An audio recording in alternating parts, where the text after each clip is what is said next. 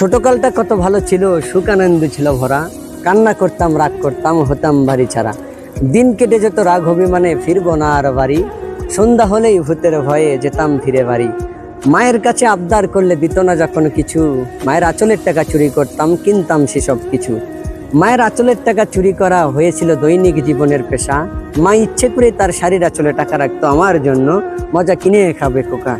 ছোটবেলার সেই দিনগুলো আজ ভীষণ পরে মনে, ইচ্ছে করে ফিরে যায় আবার সেই না শৈশব কালে। মায়ের আঁচলের টাকা এখন আর হয় না করা চুরি, মাওয়ার এখন তার শাড়ির আঁচলে টাকা রাখে না, কে করবে টাকা চুরি। দেখতে দেখতে ছোট থেকে হয়ে গেলাম আজ বড়, মনে পড়ে সেই দিনগুলো, আহা কতই ভালো ছিল। বড় হয়ে শহরে এসেছি, এখন অনেক টাকা কামাই, টাকা আছে পকেট ভর্তি, কিন্তু মায়ের আঁচলের 2 টাকা নোট চুরির মতো আর লক্ষ টাকাও সেই স্বাদ নাই। বাড়িতে গিয়ে মাকে বলি, মা তোমার আঁচল কেন ফাঁকা? মা হেসেই বলে, তুই ছাড়া আর কে আছে নেবে আমার আঁচলের টাকা। জীবনটা আমাদের অনেক ছোট, স্মৃতি হয়েছে অতীত। বড় হয়ে শহরে এসেছি, আজ চাকরি করি, মায়ের আঁচলের টাকা কেউ করে না চুরি।